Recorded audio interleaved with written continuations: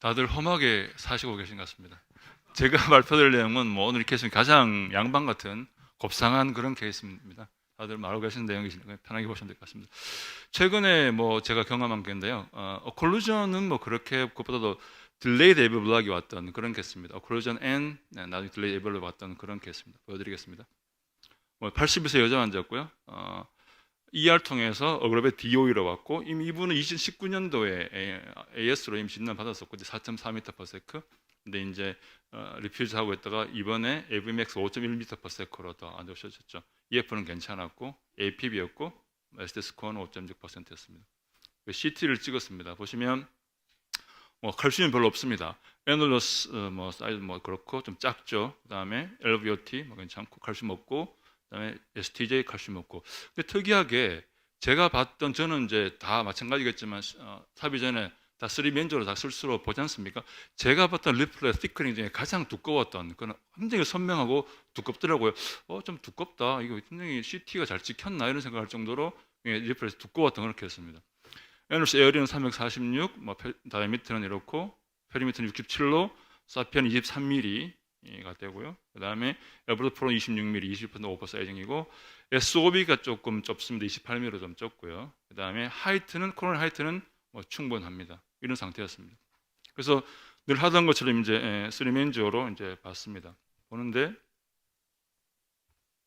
제가 이렇게 늘 쭉 당겨 보거든요. 당겨 보면 커스비 나오고 그 다음에 코로나리 오스가 나오는데 LAD 커스비 끝나기 전에 이미 코로나리 레프트 메인의 코스텀이 끝나버리죠. 즉 리플렛이 더 깁니다.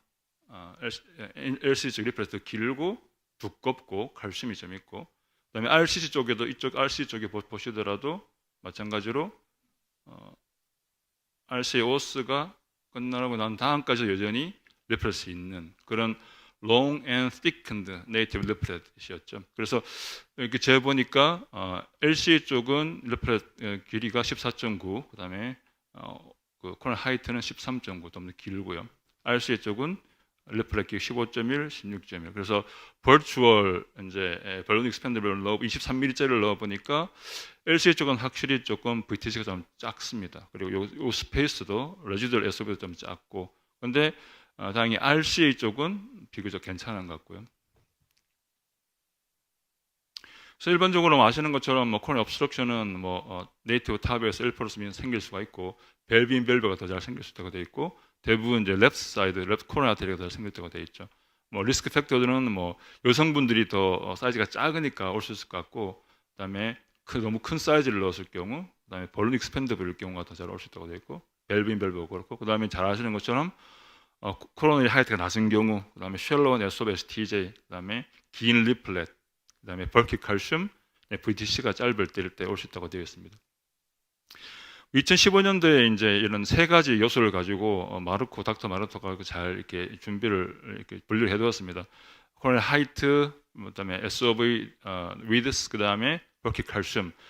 위드 SOV가 충분히 넓고, 그다음에 하이트가 뭐 10에서 12mm 이상이면 괜찮고, 그 다음에 뭐 SOB가 좁더라도 하이트가 괜찮으면 괜찮고 그 다음에 SOB가 넓지만 하이트가 낮으면 조금 위험하고 둘 다 낮으면 더 위험하고 이게 제일 위험한 경우 이렇게 보통 우리가 알고 있습니다. 근데 이때는 이제 2015년도 이 논문에서 일론게이트 리플렛에 대한 언급은 없었고요. 최근에는 또 우리가 VTC 즉 Virtual Valve to Coronary Distance를 많이 보는데 사실 이 VTC는 이전에는 이제 밸브 인 밸브 케이스에서 주로 이제 포커스가 있었고 네이티브 탑 할 때는 이게 효과가 있겠나라는 생각이 있었는데 최근에는 네이티브 밸브 탑인 탑 밸브 탑이 할 때도 이 VTC가 굉장히 코로나리 오클루전의 중요한 그런 파라미터로 여겨지고 있습니다. 보통 3, 4mm 미만, 보통 4mm 미만 이렇게 보통 보고 있는 것 같습니다.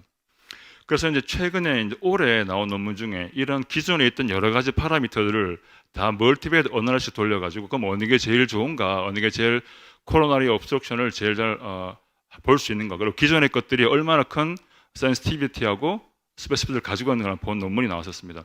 60명의 옵스트럭션을 가진 환자하고 1,300명의 괜찮은 환자.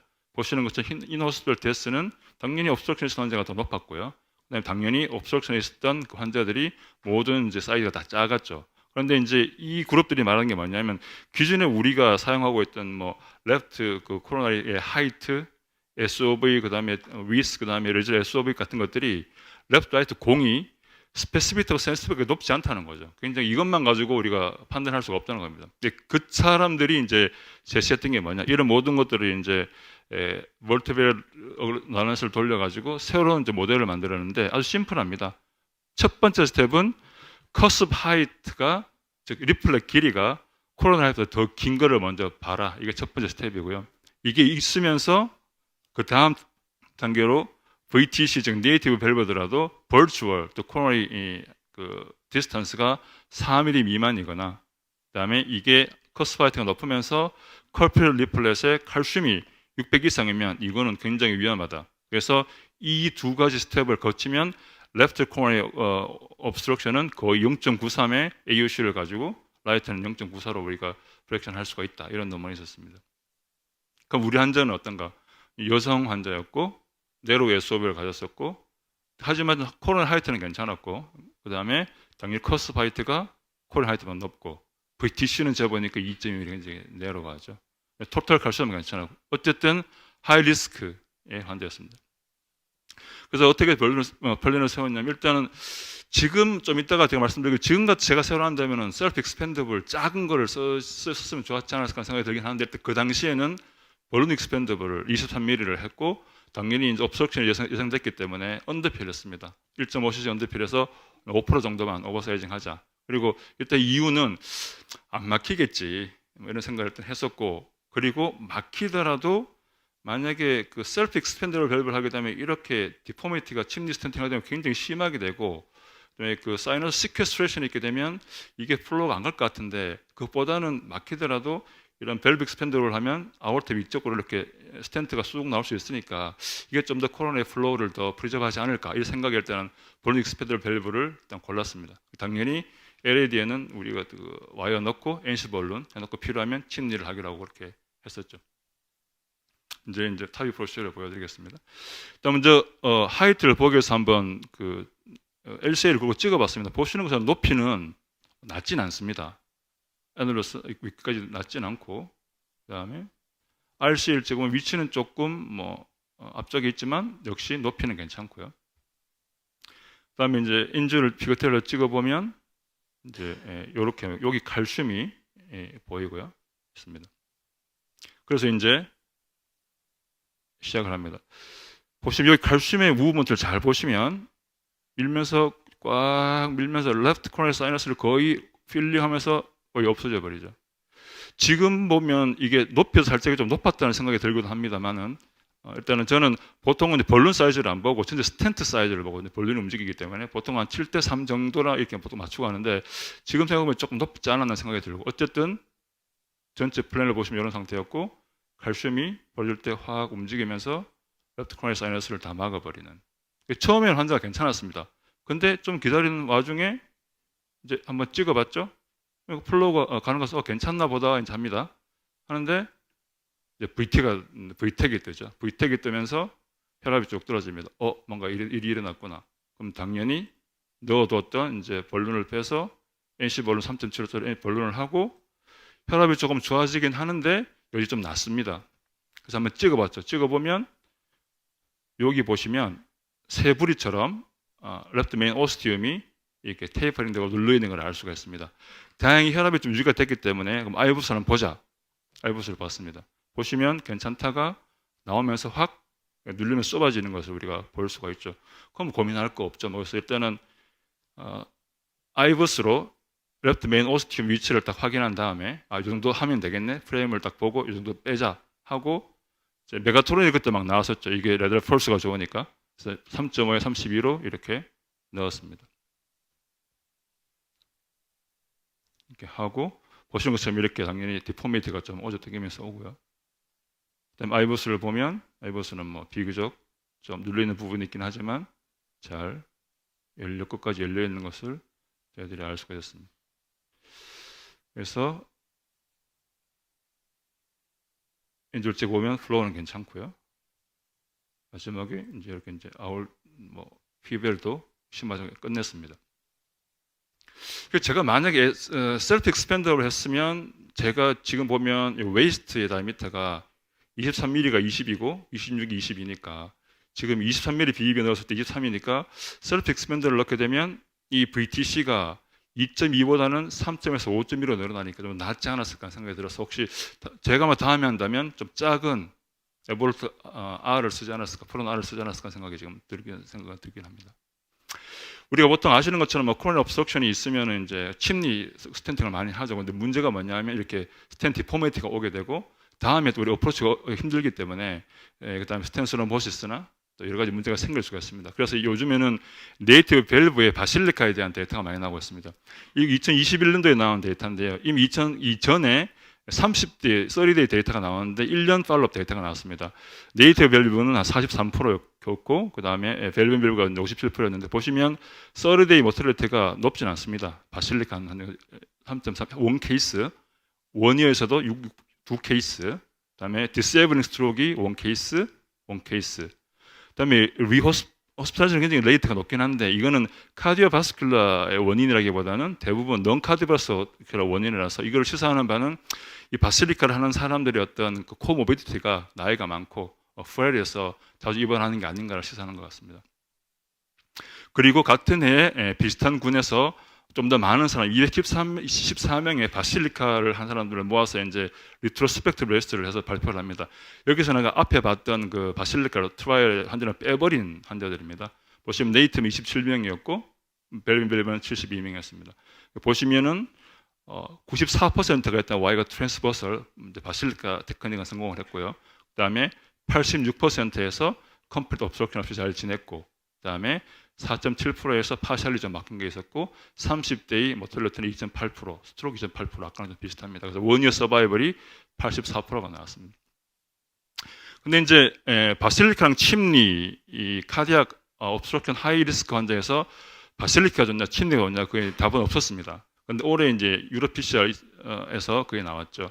물론 이제 전부 네이티브 밸브는 아니었지만 침리 센터는 침리만 하고 바실리카는 바실리카만 했습니다. 보시게 되면 시간은 140분으로 그렇게 길진 않습니다.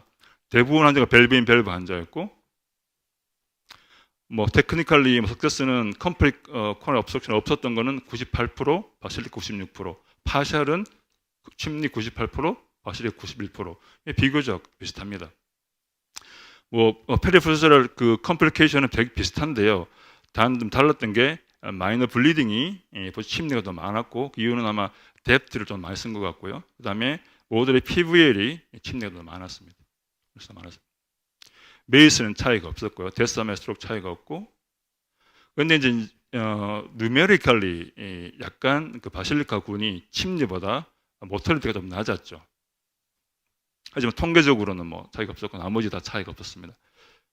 그래서 바실리카 침리가 적어도 이제 페리프로셀 원이어 아웃컴은 서로 좀 컴페러블하다 이렇게 그런 했었고, 근데 좀 지켜봐야 될 게 이게 그러면 침리군하고 바실리카군이 똑같은 어떤 컨디션인가?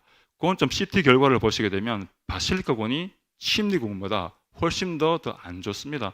에누러스가 작고 페리미터가 작고 낮고 또 좁고, 즉 더 안 좋은 상황에서 임에도 불구하고 결과는 침리랑 비슷하다. 그래서 바실리카도 네이티브 밸브 환자에서도 해볼만 하구나라는 생각을 가지게 되었었죠.